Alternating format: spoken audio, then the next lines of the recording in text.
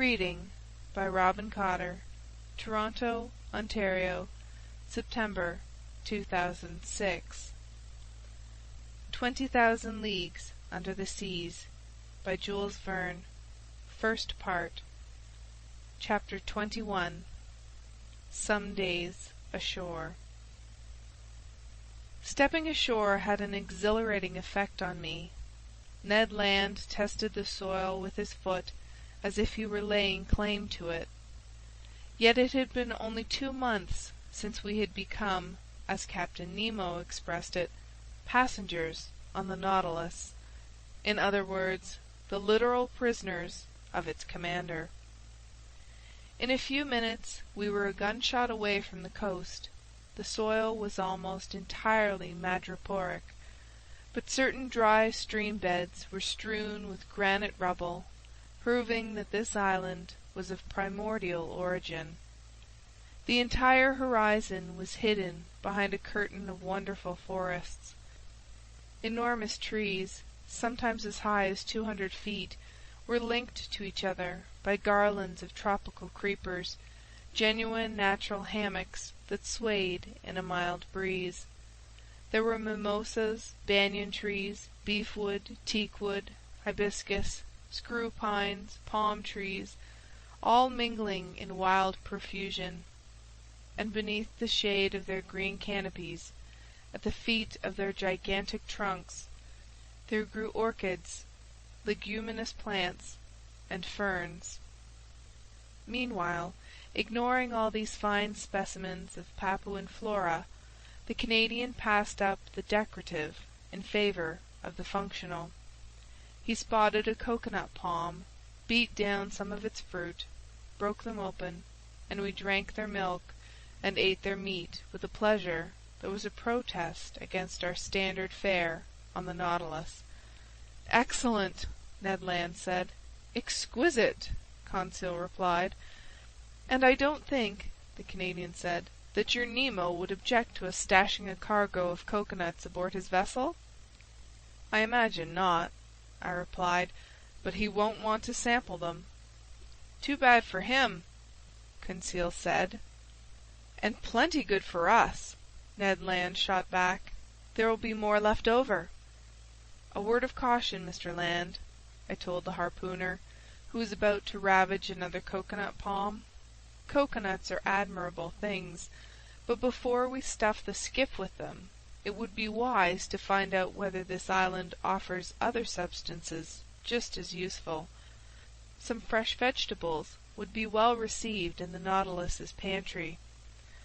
"Master is right," Conseil replied, "and I propose that we set aside 3 places in our longboat, one for fruit, another for vegetables, and a third for venison, of which I still haven't glimpsed the tiniest specimen." "Don't give up so easily, Conseil," the Canadian replied. "So let's continue our excursion," I went on, "but keep a sharp lookout. This island seems uninhabited, but it still might harbor certain individuals who aren't so finicky about the sort of game they eat." "Hee hee!" Ned put in, with a meaningful movement of his jaws. "Ned! Oh, horrors!" Conseil exclaimed. "Ye gods!" the Canadian shot back. "I'm starting to appreciate the charms of cannibalism." "Ned, don't say that," Conseil answered. "You a cannibal? Why, I'll no longer be safe next to you, I who share your cabin. Does this mean I'll wake up half devoured one fine day?" "I'm awfully fond of you, Conseil, my friend, but not enough to eat you when there's better food around."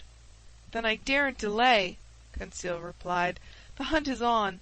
We absolutely must bag some game to placate this man-eater, or one of these mornings master won't find enough pieces of his manservant to serve him." While exchanging this chit-chat, we entered beneath the dark canopies of the forest, and for 2 hours we explored it in every direction. We couldn't have been luckier in our search for edible vegetation, and some of the most useful produce in the tropical zones supplied us with a valuable food-stuff missing on board. I mean the breadfruit tree, which is quite abundant on Goboro Island, and there I chiefly noted the seedless variety that in Malaysia is called rima. This tree is distinguished from other trees by a straight trunk 40 feet high. To the naturalist's eye, its gracefully rounded crown, formed of big multi-lobed leaves, was enough to denote the artocarpus that has been so successfully transplanted to the Mascarene Islands east of Madagascar. From its mass of greenery, huge globular fruit stood out, a decimeter wide, and furnished on the outside with creases that assumed a hexangular pattern. It's a handy plant that nature gives to regions lacking in wheat. Without needing to be cultivated, it bears fruit 8 months out of the year. Ned Land was on familiar terms with this fruit. He had already eaten it on his many voyages, and knew how to cook its edible substance. So the very sight of it aroused his appetite, and he couldn't control himself. "Sir," he told me, "I'll die if I don't sample a little breadfruit pasta." "Sample some, Ned, my friend, sample all you like. We're here to conduct experiments. Let's conduct them." "It won't take a minute," the Canadian replied. Equipped with a magnifying glass, he lit a fire of deadwood that was soon crackling merrily. Meanwhile, Conseil and I selected the finest artocarpus fruit. Some still weren't ripe enough, and their thick skins covered white, slightly fibrous pulps. But a great many others were yellowish and gelatinous, just begging to be picked. This fruit contained no pits. Conseil brought a dozen of them to Ned Land, who cut them into thick slices and placed them over a fire of live coals, all the while repeating, "You'll see, sir, how tasty this bread is." "Especially since we've gone without baked goods for so long," Conseil said. "It's more than just bread," the Canadian added. "It's a dainty pastry. You've never eaten any, sir?" "No, Ned." "All right. Get ready for something downright delectable. If you don't come back for seconds, I'm no longer the king of harpooners." After a few minutes, the parts of the fruit exposed to the fire were completely toasted. On the inside there appeared some white pasta, a sort of soft bread centre whose flavor reminded me of artichoke. This bread was excellent, I must admit, and I ate it with great pleasure. "Unfortunately," I said, "this pasta won't stay fresh, so it seems pointless to make a supply for on board." "By thunder, sir!" Ned Land exclaimed. "There you go, talking like a naturalist, but meantime I'll be acting like a baker. Conseil, harvest some of this fruit to take with us when we go back." "And how will you prepare it?" I asked the Canadian. "I'll make a fermented batter from its pulp that'll keep indefinitely without spoiling. When I want some, I'll just cook it in the galley on board. It'll have a slightly tart flavor, but you'll find it excellent." "So, Mr. Ned, I see that this bread is all we need." "Not quite, Professor," the Canadian replied. "We need some fruit to go with it, or at least some vegetables." "Then let's look for fruit and vegetables." When our breadfruit harvesting was done, we took to the trail to complete this dry land dinner. We didn't search in vain, and near noontime we had an ample supply of bananas. This delicious produce from the torrid zones ripens all year round, and Malaysians, who give them the name pisang, eat them without bothering to cook them. In addition to bananas, we gathered some enormous jackfruit with a very tangy flavor, some tasty mangoes, and some pineapples of unbelievable size. But this foraging took up a good deal of our time, which even so we had no cause to regret. Conseil kept Ned under observation. The harpooner walked in the lead, and during his stroll through the forest he gathered with sure hands some excellent fruit that should have completed his provisions. "So," Conseil asked, "you have everything you need, Ned, my friend?" "Humph," the Canadian put in. "What? You're complaining?" "All this vegetation doesn't make a meal," Ned replied. Just side dishes, dessert. But where's the soup course? Where's the roast?" "Right," I said. "Ned promised us cutlets, which seems highly questionable to me." "Sir," the Canadian replied, "our hunting not only isn't over, it hasn't even started. Patience! We're sure to end up bumping into some animal with either feathers or fur, if not in this locality, then in another. And if not today, then tomorrow, because we mustn't wander too far off," Conseil added. "That's why I propose that we return to the skiff." "What? Already?" Ned exclaimed. "We ought to be back before nightfall," I said. "But what hour is it then?" the Canadian asked. 2 o'clock at least," Conseil replied. "How time flies on solid ground!" exclaimed Mr. Ned Land with a sigh of regret. "Off we go," Conseil replied. So we returned through the forest, and we completed our harvest by making a clean sweep of some palm cabbages that had to be picked from the crowns of their trees, some small beans that I recognized as the abrou of the Malaysians, and some high-quality yams. We were overloaded when we arrived at the skiff. However, Ned Land still found these provisions inadequate. But fortune smiled on him. Just as we were boarding, he spotted several trees, 25 to 30 feet high, belonging to the palm species. As valuable as the Actocarpus, these trees are justly ranked among the most useful produce in Malaysia. They were sago palms, vegetation that grows without being cultivated. Like mulberry trees, they reproduce by means of shoots and seeds. Ned Land knew how to handle these trees. Taking his axe and wielding it with great vigor, he soon stretched out on the ground 2 or 3 sago palms whose maturity was revealed by the white dust sprinkled over their palm fronds. I watched him more as a naturalist than as a man in hunger.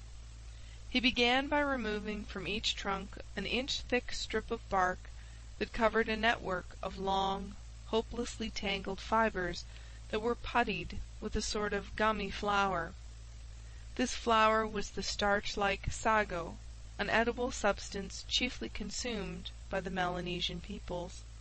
For the time being, Ned Land was content to chop these trunks into pieces, as if he were making firewood. Later he would extract the flour by sifting it through cloth to separate it from its fibrous ligaments, let it dry out in the sun, and leave it to harden inside molds. Finally, at 5 o'clock in the afternoon, laden with all our treasures, we left the island beach, and half an hour later pulled alongside the Nautilus. Nobody appeared on our arrival. The enormous sheet-iron cylinder seemed deserted. Our provisions loaded on board, I went below to my stateroom. There I found my supper ready. I ate, and then fell asleep. The next day, January 6th, nothing new on board. Not a sound inside, not a sign of life. The skiff stayed alongside in the same place we had left it. We decided to return to Gueboroa Island. Ned Land hoped for better luck in his hunting than on the day before, and he wanted to visit a different part of the forest. By sunrise we were off. Carried by an inbound current, the longboat reached the island in a matter of moments. We disembarked, and thinking it best to abide by the Canadian's instincts, we followed Ned Land, whose long legs threatened to outpace us. Ned Land went westward up the coast, then, fording some stream beds, he reached open plains that were bordered by wonderful forests.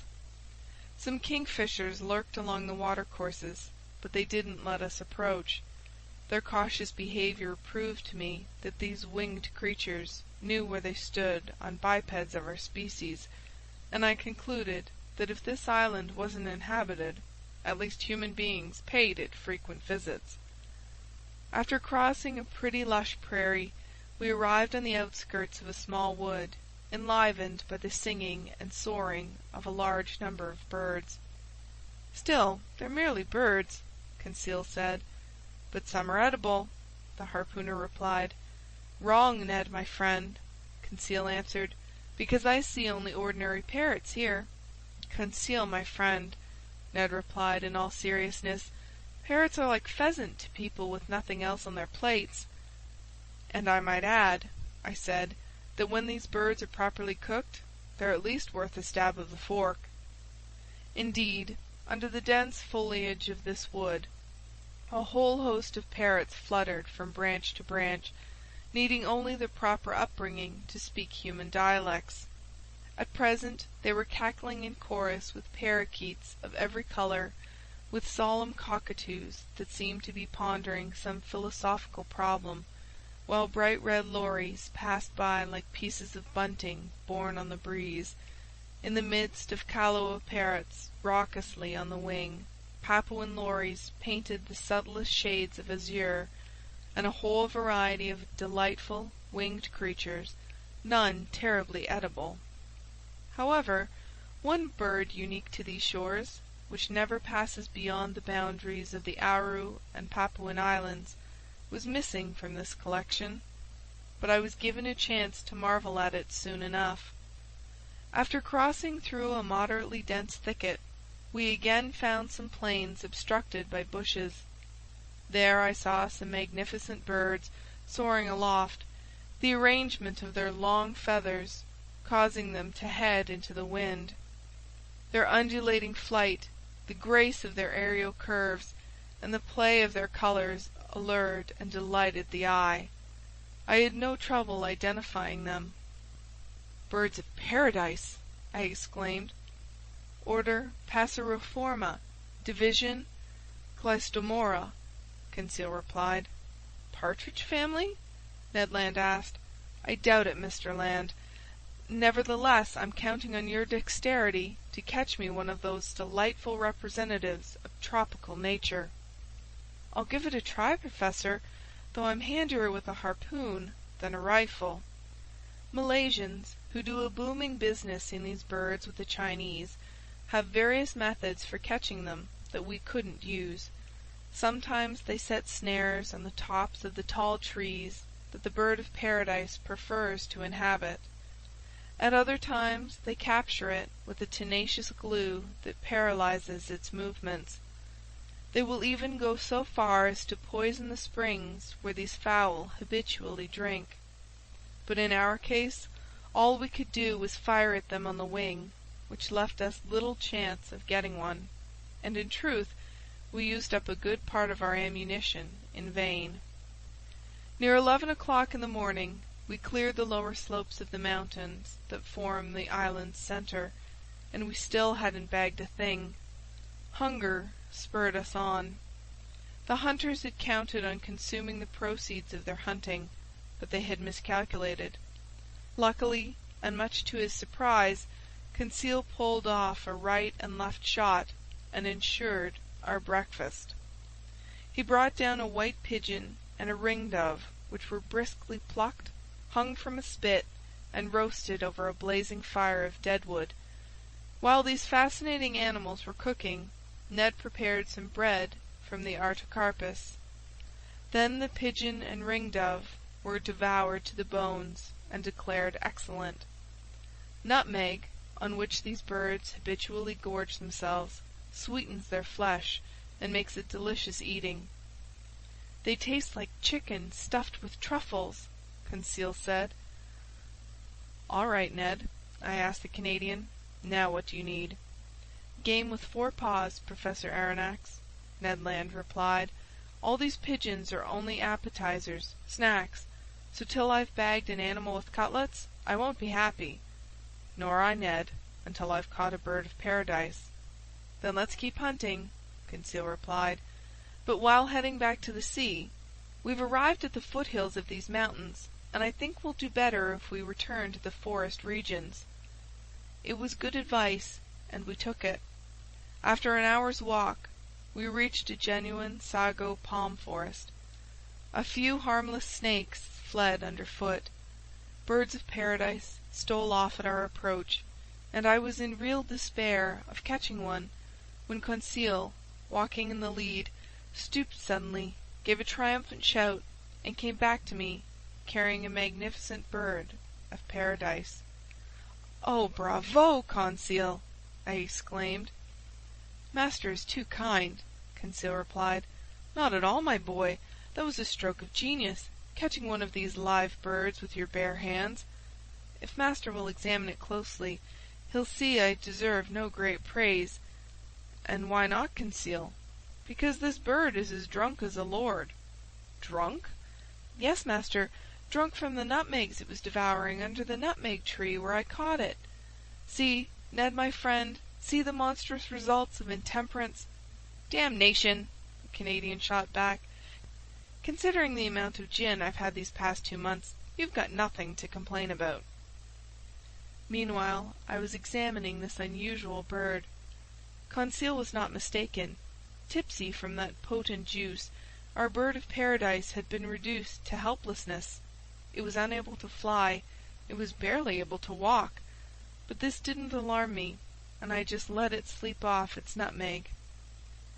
The bird belonged to the finest of the 8 species credited to Papua and its neighboring islands. It was a great emerald, one of the rarest birds of paradise. It measured 3 decimeters long. Its head was comparatively small, and its eyes, placed near the opening of its beak, were also small. But it offered a wonderful mixture of hues: a yellow beak, brown feet and claws, hazel wings with purple tips, pale yellow head and scruff of the neck, emerald throat, the belly and chest maroon to brown.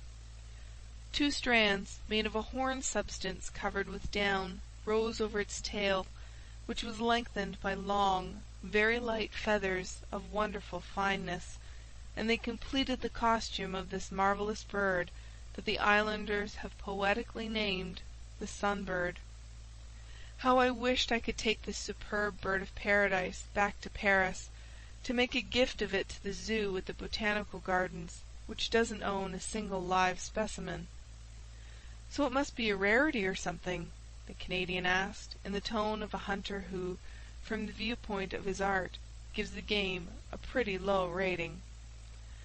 "A great rarity, my gallant comrade, and above all very hard to capture alive.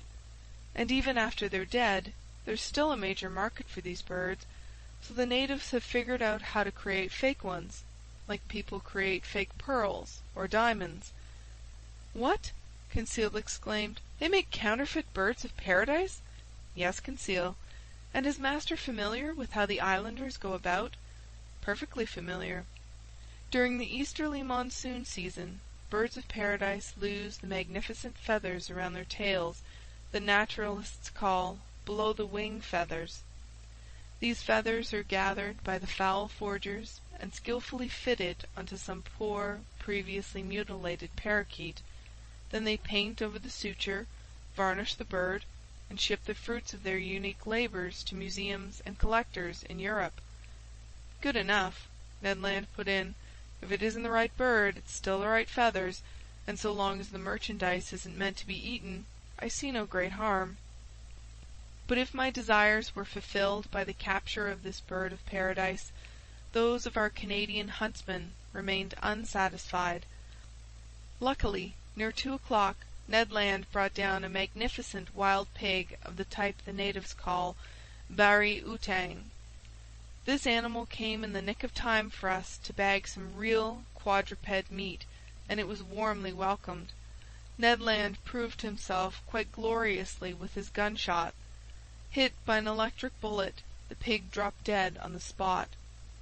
The Canadian properly skinned and cleaned it, after removing half a dozen cutlets, destined to serve as the grilled meat course of our evening meal. Then the hunt was on again, and once more would be marked by the exploits of Ned and Conseil. In essence, beating the bushes, the 2 friends flushed a herd of kangaroos that fled by, bounding away on their elastic paws. But these animals didn't flee so swiftly that our electric capsules couldn't catch up with them. "Oh, Professor!" shouted Ned Land, whose hunting fever had gone to his brain. "What excellent game, especially in a stew! What a supply for the Nautilus! 2, 3, 5 down! And just think how we'll devour all this meat ourselves, while those numbskulls on board won't get a shred."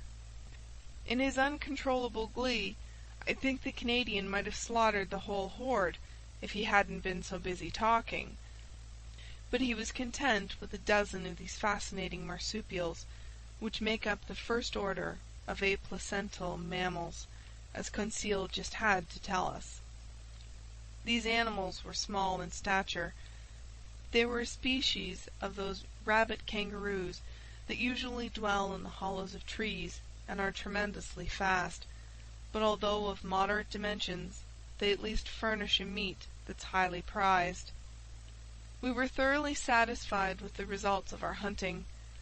A gleeful Ned proposed that we return the next day to this magic island, which he planned to depopulate of its every edible quadruped, but he was reckoning without events.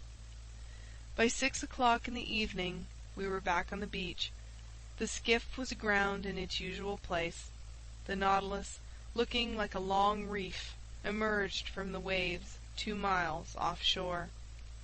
Without further ado, Ned Land got down to the important business of dinner. He came wonderfully to terms with its entire cooking. Grilling over the coals, those cutlets from the bari outang soon gave off a succulent aroma that perfumed the air. But I catch myself following in the Canadian's footsteps. Look at me, in ecstasy over freshly grilled pork.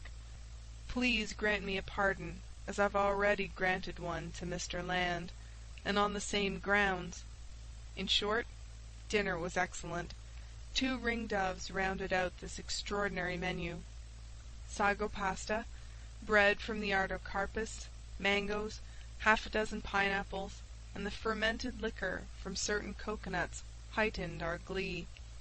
I suspect that my 2 fine companions weren't quite as clear-headed as one could wish. "What if we don't return to the Nautilus this evening?" Conseil said. "What if we never return to it?" Ned Land added.